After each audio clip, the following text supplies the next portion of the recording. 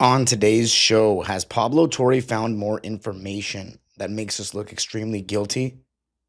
Going to be talking about it all on today's Locked On Clippers.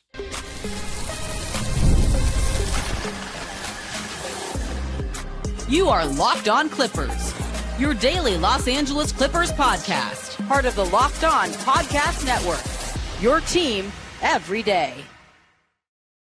Yes, sir. You were locking in with the Clips. Thank you for making Locked On Clippers the first listen of your day, your team, every day. I'm your host, Darian Vaziri, born and raised in LA, been a Clipper fan for 20 years, been covering the team on my own YouTube channel, Dime Dropper, for 5 and 3 right here on the Locked On Podcast Network. Your team every day. Make sure you subscribe and hit the notification bell so you know every single time we post a video on the road to 8,000 subscribers, and you can listen wherever you get your podcasts. On this episode, we're going to be talking about Pablo Torre and his latest development and story about us and if we are guilty. And unfortunately for us, I think this evidence looks bad. He basically answers a lot of the questions that I presented from Mark Cuban. We're also going to be talking about Mark Cuban's rebuttal to this, because I can't lie to you. After I saw this, I was like, okay, maybe we're screwed. So I'm going to be talking about that. And then, of course, why Mark Cuban's defending us so much. So let's begin with the newest episode of Pablo Torre Finds Out, a podcast that I wish to never listen to again after this is over, because my God, has it been stressful, annoying, all of the above. But hey, he's doing his job, whatever. Now, the latest evidence from Pablo Torre's show is that he found a document that showed that we, the Clippers, withdrew $20 million in carbon credits on June 30th, 2022, right when Kawhi's first payment was due.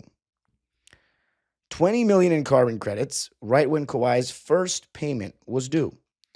Now, what does that mean, you might ask? So Pablo's trying to do this thing where he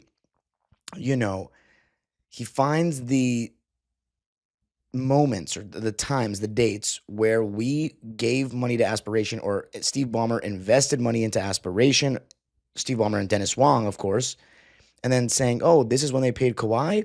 A little fishy if those dates are close, which I kind of understand. Mark Cuban will be giving a rebuttal to that later, but this is the timeline of events. I kind of want to explain that real quick. The timeline of events are as follows. On September 14th, 2021, Ballmer LLC invests $50 million into Aspiration. Less than 2 weeks later, on September 27th, 2021, the Clippers announced the Aspiration deal. On April 1st, 2022, this is new information, the Clippers fund $3 million in carbon credits. 3 days later, the Clippers funded $32 million in carbon credits. And on that same day of April 4th, 2022, Kawhi signed the $28 million Aspiration deal. So Pablo's trying to say, the Clippers funding $35 million in carbon credits, and then immediately Kawhi signs with Aspiration. Fishy. And then another new development. On June 17th, 2022, we funded $21 million in carbon credits. And less than a month later, on July 6, 2022, Kawhi's late payment was given to him at $1.75 million. And then when they were late on the second payment, or was it, I think it might have been the third payment, Dennis Wong invests $2 million into Aspiration, and 9 days later, as we've talked about in previous podcasts, Kawhi Leonard was paid $1.75 million. And this is when reportedly the company was really struggling. They had no money left. They had basically used the money that Ballmer invested, that initial $50 million. They had basically spent it all. It was gone. So that's why they were late. They couldn't even pay Kawhi. So what he said is, Dennis Wong invested $2 million. That goes directly to Kawhi. That is how one of the ways that we are circumventing the salary cap, by giving money to Aspiration that is going directly to Kawhi Leonard. Yet there still has been no link that money is going directly to Kawhi Leonard. As of now, it just looks like, from the concrete facts, we're investing in Aspiration. Kawhi has a deal with him that's separate. He's getting paid. Of course, the fishiness comes from Kawhi Leonard getting signed to a deal that's bigger than all the other celebrities, $28 million with the $20 million in stocks, so almost $50 million to do absolutely nothing. And that's not typical in business. That is where everybody's like, what in the world?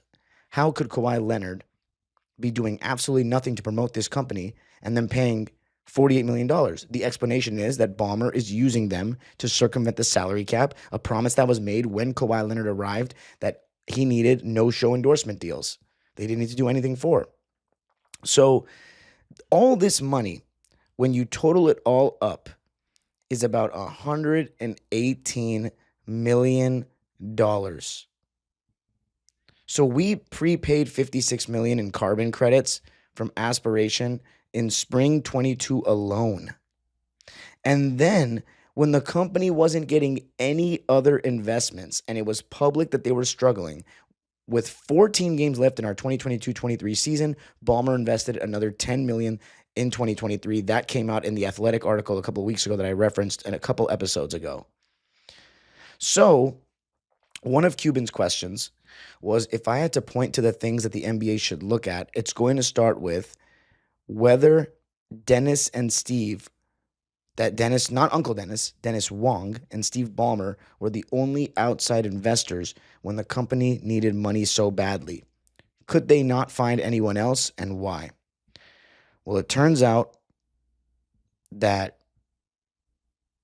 there really weren't in 2023. In his, and this is where it gets really, doesn't look good for us, I should say. When Sandberg was under oath and they asked about new investors in 2023, because we were wondering if the company stayed afloat for another year or so and they declared bankruptcy, declared for bankruptcy in March of 2025, how did they keep paying Kawhi in 2024? And when they asked about new investors in 2023, all Sandberg said, according to Pablo Torre, was Steve Ballmer and Dennis Wong. And then he looked at his attorney, and his attorney said, "Don't look at me," allegedly, which is very fishy. In addition to that, when asked about Steve Ballmer and his deals with him or whatever, he pled the fifth. He didn't say anything. That is very fishy as well, although when Sandberg's under oath, there's no point of him defending Steve Ballmer circumventing the salary cap. Like, at this point, he's going to go to jail, so who cares about Ballmer and his CBA violations? But it all looks really fishy. $118 million. And the funniest part is, it's actually not funny for us, Cuban said if they're circumventing the cap, wouldn't they give them more money in carbon credits to funnel money to Kawhi? And one of the sources that Pablo's been using, these anonymous sources, claims that's exactly what happened. Good on Mark Cuban for mentioning that, because that is exactly what happened. So if you have no other investors, and the reason why allegedly there's no other investors are because everybody knew that the company was messed up. Everybody knew the company was going downhill. It's very sad. Well, I don't want to say sad, but it's very suspicious if Ballmer and Wong are the only people investing because the company's going downhill. The defense would, I guess, be, we're doing it to keep the company alive. But they're already showing they're not coming through on their promises with their carbon emissions and all the, the goals and whatnot. And Ballmer's not dumb. Like, that's the thing, is Ballmer can't be this dumb to not know that they're in a tough spot, Aspiration.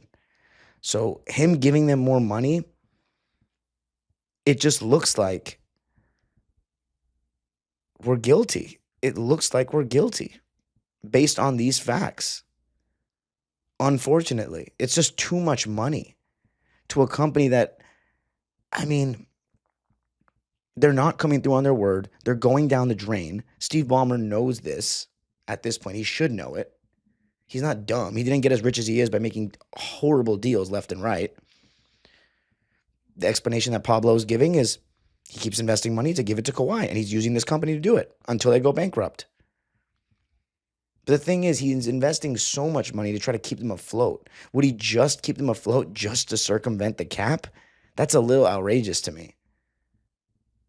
But Ballmer got scammed. That's obvious. Like, we all know all these people got scammed by Sandberg.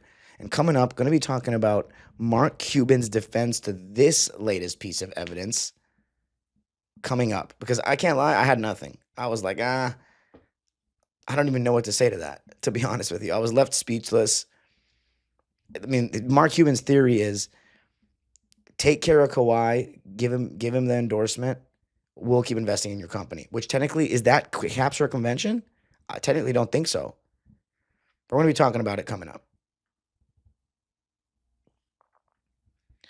I got to tell you a little something about FanDuel, America's #1 sportsbook. The NFL season is here, and FanDuel is making sure you're ready for kickoff with a can't-miss offer. Right now, new customers can bet just $5, and if your bet wins, you'll get $300 in bonus bets to use across the app. Right now, after week 3, the Super Bowl odds are in favor of the Buffalo Bills at plus 480. The Ravens are at plus 650. The Green Bay Packers are at plus 700. And the defending champion Philadelphia Eagles, who got a comeback win against my Rams, which was very disappointing this past weekend, are plus 750. After that, you have the Detroit Lions with the 5th highest odds. The Kansas City Chiefs with 6. And then the Chargers and the Rams and the Niners at 7, 8, and 9. The Chargers 3-0 right now. And where can you do this? Where can you bet on all these things? FanDuel. So are you ready to play? Download the FanDuel app now by visiting FanDuel.com to get started. That's FanDuel.com to place your first $5 bet.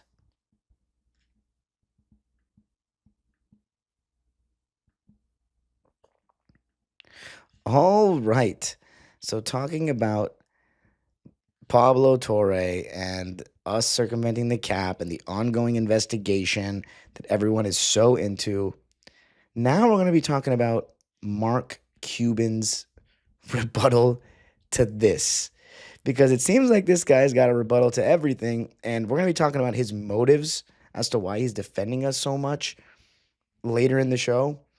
But I have to say, it's huge, absolutely huge, that we have someone that's able to, clarify some of these things, because I'm just not like super experienced with this kind of jargon and stuff. You know what I mean? Like, we need someone else doing it, because it's just, if it was just me and we didn't have Mark Cuban, I can't lie, I don't know what my defense would be at this point. I'm not, hip to all this kind of stuff. So Mark Cuban, if I'm looking away from the screen, you two people, is because for whatever reason, Twitter is just not coming up on my internet browser. So I'm just going to have to go to my phone and look at the tweets that I'm referring to. But anyway, so Mark Cuban goes, he goes, Pablo, happy to help. Or sorry, glad I could help. He said, will you now admit that you and your sources, who said it was common knowledge the $50 million was for cap circumvention, was incorrect? Because, and I'm just going to clarify what those statements mean. Because initially we had the $50 million, and they were like, oh, Kawhi got paid almost $50 million. It went directly to Kawhi. But now that we know that there's all this other money, and they already lost all that money, and Kawhi was late on payments, late on receiving payments, it wasn't that exact $50 million that was going right to Kawhi, right? But of course, it's about the intention. It's not necessarily about what money is going directly to Kawhi or not. But that's one of his first points. And then he asks, and the Wong $2 million and $10 million weren't directed to Kawhi Leonard? Because again, they still didn't have money. They still got more. They didn't have enough money to pay him. They still ended up getting more. Now I'm continuing by saying, and you focus too much on the dates. A contract paid quarterly is always going to be close to any investment. Most rounds have a closing date, usually the end of the month. So the money received is almost always going to be close to a payment date. So that's the answer to, because Pablo keeps trying to do this thing where he's like, oh, it's very curious that right when this money's invested, Kawhi gets paid. And Mark says you're focusing too much on the dates, giving some clarification that a contract paid quarterly is always going to be close to any investment, which I believe him. Continuing, he says, and it's important to look into the carbon credits.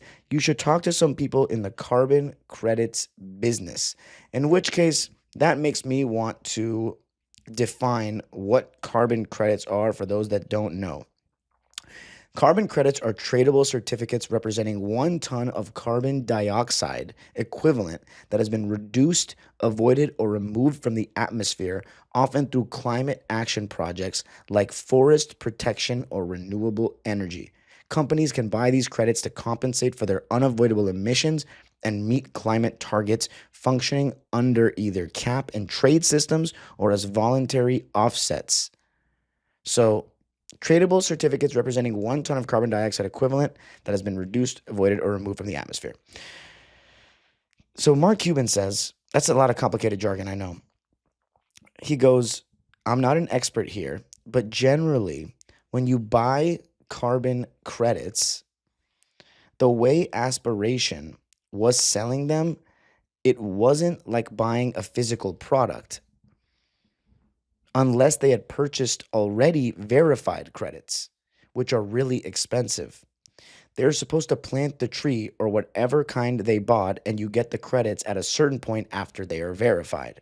So putting up the cash would allow Aspiration to spend the money to start the carbon credits process, but you have to confirm what they truly cost to figure out how much cash they had to put up front and what, if any, profits or losses they had on them. The creditors list has people they used for carbon credits, but I don't know the economics of the deals or what approach they took. End quote. So that's a lot of stuff that I would have never thought of. But essentially, he's saying you have to confirm what the carbon credits truly cost to figure out how much cash they had to put up front. I guess that's the next thing that Pablo has to prove, right? And continuing, he said, you can see if the Meta, Bank of America, etc. deals are available and compare how they went down. That will provide you more insight. I don't recall seeing them on the creditors list, which may tell you that Sandberg used a bunch of cash to buy credits and deliver them. He needed to grow sales a lot. So like he did with the letter of intent sales, maybe he was trying to game things to use those customers as a reference to get other big accounts. It would be hard to scam all those big companies they did deals with. And your source, when asked why they didn't uncover the fraud, said they took it to upper management, who happens to be the senior people who signed your letter. You see the circular reporting you were doing here? So essentially he's saying all these people are in the same, like are in the know the same way. They don't know much. You know, it really comes down to Sandberg, Uncle Dennis. This is me talking now. Uncle Dennis, Sandberg, and Kawhi's agent. Because if Ballmer's not going to say anything, you know, he's going to, if he's guilty, he's not going to say anything. So, you know, I mess with the fact that Cuban is doing this for us. However, what does hurt us in ways is that he keeps giving like defenses and alibis, and then Pablo's like, oh, let me prove that wrong. But that's what makes this very interesting, if anything, in my opinion. I just hope, you know, that we're not too guilty. If we are guilty, what happens? I don't know. But continuing, so Mark Cuban is saying you have to show, you know, the Meta, Bank of America deals are available and compare how they went down on the carbon credits thing. So anyway, continuing. You are depending on your finance department sources who said it made no sense. So they took it to senior management, who also said it made no sense, who told the CEO, who said it made no sense. And he said there was something crazy going on with the board, who is one of the few things that is verifiably true, but you don't talk about. So he's saying Pablo's not talking about the crazy stuff that's going on with the board. And no one's continuing, and no one said they took it to Sandberg, who is the only one that can make sense of any of it. And as I tweeted, KPMG, their auditor, resigned, and they brought in a law firm to analyze, and they said they found nothing. Where were your senior execs? What did they say when they got interviewed by the law firm? They obviously didn't know ISHT pending. And Sandberg, of course, as you reported, and that's a great get with the depot, took the fifth. I'm certain he didn't care about the CBA or cap. So the question is, why did he take the fifth? This was a case where there was a creditor trying to get paid. Nice comedy, but didn't tell us anything. A lot to unpack there. Essentially saying these senior execs, what did they say when they got interviewed by this law firm? And again, until you find out from Sandberg, who's the one putting this deal through with Kawhi, you're just talking to people that are saying, I don't know why they would do this. It's clearly to circumvent the cap. But if, again, a lot of circumstantial evidence, and there is enough circumstantial evidence to ding us for this. But the way Adam Silver was talking, he doesn't want to penalize us on a mere appearance of impropriety. He wants concrete impropriety. So Mark Cuban continued. I mean, there's a lot. He's been writing a lot, and I'll take it. It's giving me more defense. He said, 1, your text from Uncle Dennis. So Uncle Dennis, there was a text that was shown in the podcast that was saying like, hey, are you basically you're late on the payment. He said, 1, your text from Uncle Dennis to Sandberg confirms, as I believe you said, that the interactions were with Sandberg, not Cherny, not your senior execs. That's to say, it's all about Sandberg. He's the scammer. He's the one that's doing this. You don't have anything from him. And Cuban continues by saying, as I said many times, your senior execs had no power at all. The finance people didn't know isht. The marketing people had no power and got no results. Sandberg controlled everything. He was the one that spent the money however he wanted. No one else has any say, which made it a crazy situation for everyone because he wasn't an exec at the company. As far as the stock for Kawhi Leonard, Sandberg knew it was worthless. It had no value. But Sandberg was the only person who knew that in May 2022. Everyone else was still chasing the public company payout dream, which leads to, going to be talking about that coming up.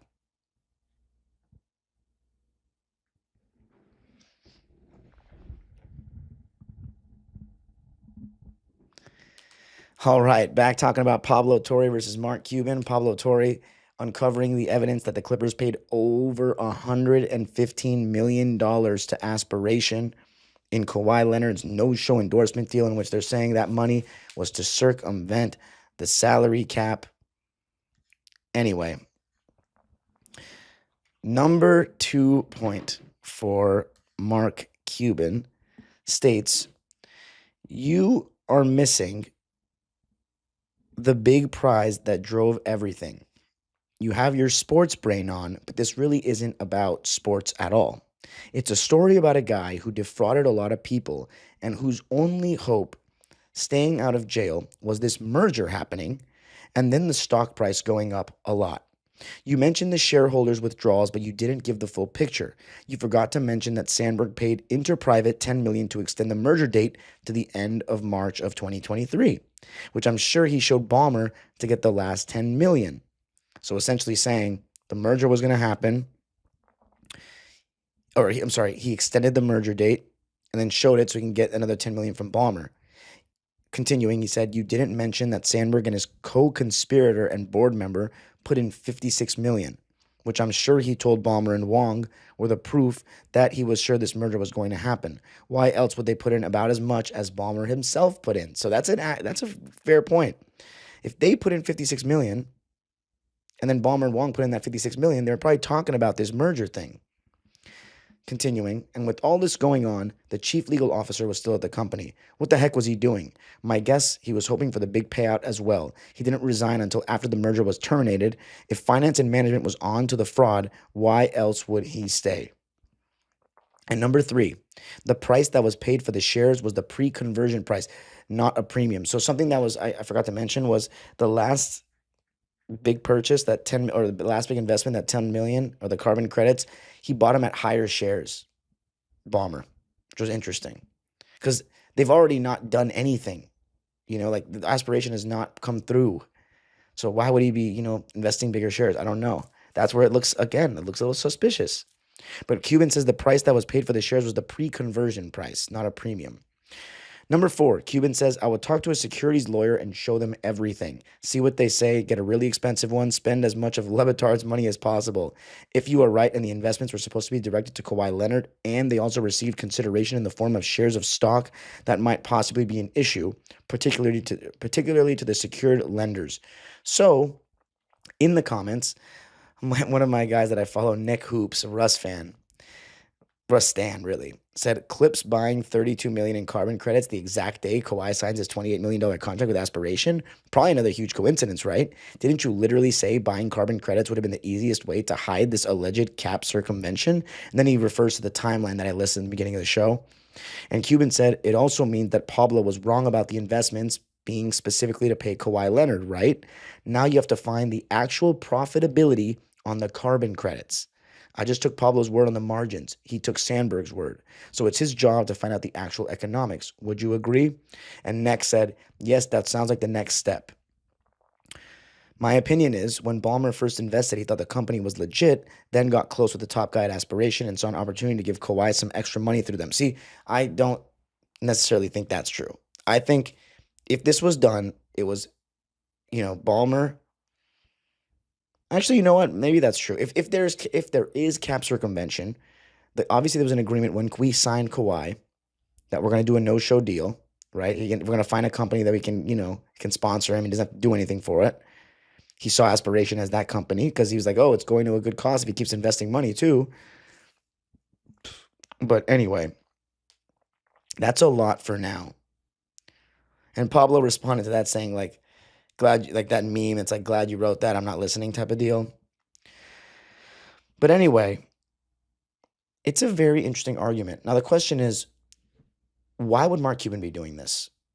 Some think it's because he has skeletons in the closet of illegal things that he used to do with Dirk Nowitzki on the team or whoever, which, I mean, that's one theory.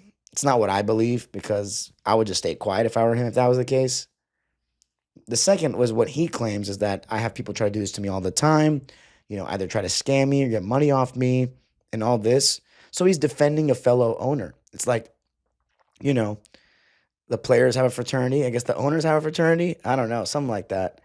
But I like that he's pushing back because no one else is. Everyone's like, oh, the Clippers are so guilty. So it's just interesting because he knows more about this stuff than I ever could, right? And I think this also opens up a can of worms for a lot of the league. And you never know what Cuban's done. But I truly do think it's because it has happened to him and there are moments where he feels like people are trying to get money out of him or make him look like a scummy businessman. So he's trying to, do his due diligence to defend him. And I like the points he's making. Even if I don't understand every single thing that's being said, I do like that he is pushing back.